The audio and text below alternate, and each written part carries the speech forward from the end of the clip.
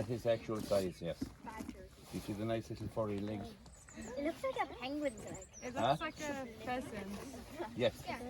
They're a game bird. A gander. So that's what it's all about.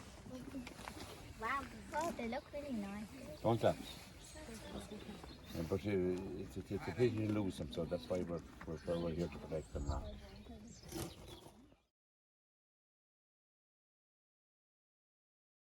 And they migrate from those traditional breeding territories throughout Ireland back to the coast to overwinter. But this time of year then they come here, they come into Ireland, they come inland to breed. But those birds have never left the country, and it's generation after generation that comes back to the same breeding areas. So that's why it's very, very important that we retain and maintain the habitat for them and to try and save them, because unfortunately the native population has declined by 98%. It's approximately, at this time, the best scientific figures is there's approximately 150 to 160 breeding pair. Now the only thing that stands if to get any help in habitat and conservation management is that they live a long life, but they're 3 years old before they breed. So it's something that's very, very important, and it's unique to Ireland, the curlew is. Yeah. Very unique, very, very unique to us.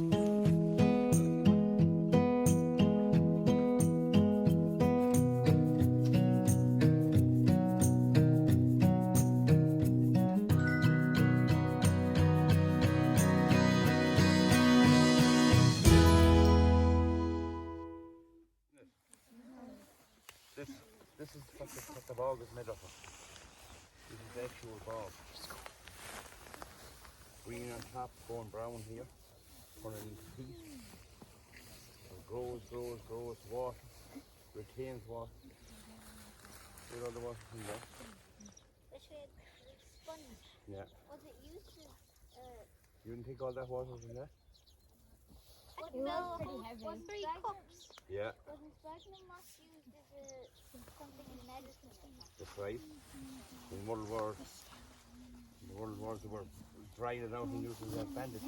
You can pass that around here now and just see what. That's it. Squeeze it and you see all there's still lots of water in it.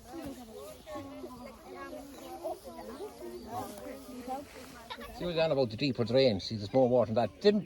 After rain, they'll be full to the top. Go on. What sort of animals would eat grouse? A fox would be one of the animals that would eat grouse. Would a pine marten eat one? Possibly. They're all looking for a dinner. A badger. Grey crows, magpies love the grouse eggs. That's why we have to keep them away from here. Catch them and bring them off to another area. And the same with the foxes. We don't let any foxes in here because they'll be only taking our grouse. And the curlew. And the curlew as well. And the larks and the pipits. Yes. See, all them birds nest on the ground, so they're very vulnerable. There's your 2 types of heads that Paddy said. There's an example. See this dark green stuff? That's called ling heather. And see this little lighter stuff? Yeah. It's called bell heather. The reason being, when it flowers in August, there's a little bell-shaped flower on it. Yes. That's why it's called bell heather. Kind of slightly hangs down, it's a little bell-shaped. Yeah. So when you're in the bog at the turf this year now, you'll be able to go around and you'll be able to find out all your heathers and you'll know the difference. Look for the bell and the ling. Take time out from spreading the turf to go and have a root round. And Paddy, do you hand cut it or how do you cut it? We have got a machine. We used to cut it with slimmers, and we found them to be too slow. Okay. But we've bought a new machine here last year that we pull after a quad, and it's able to do a lot of work. A day's work here would be a lot of work for it, you know. And it's able to munch up the heather and break it down. That is it. Oh yeah. But it's able to break it down so that will just rot away, like, and it will be used as a fertilizer to get the new stuff going. Like. Is that one of the birds? Yes, this is our grit pile. See, all birds need grit to digest their food. They have a little gizzard here and just down in their throat. Oh yeah, like a Did you ever see one of them? chickens have them. Yeah, Chicken has has them, them. Every bird nearly has them. So they have to pick up. It's a little muscle, and they have to take up grit, and let it into this muscle, and they use it then as a for grinding up the food. And the grouse wants it because heather is very coarse, and it takes a lot of grinding up to get it broke down, so that they're able to absorb it in as a food source.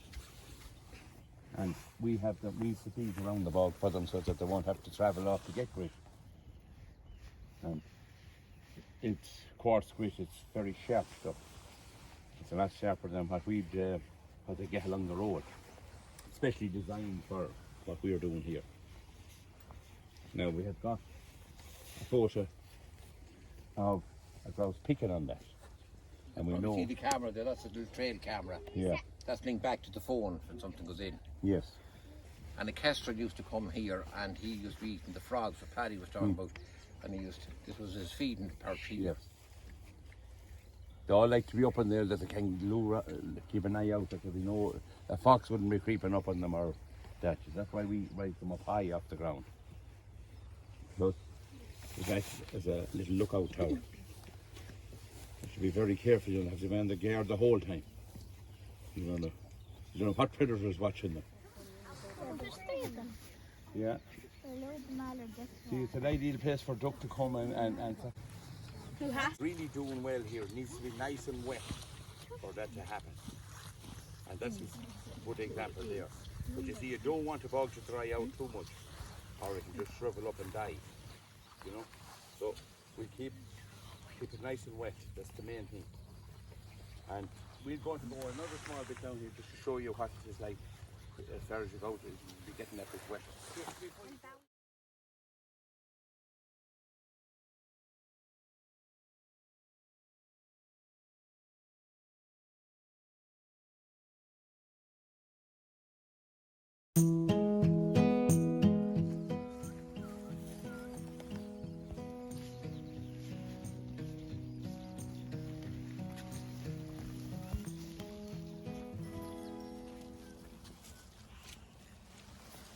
But they'll be forming their territory here now to go hatch.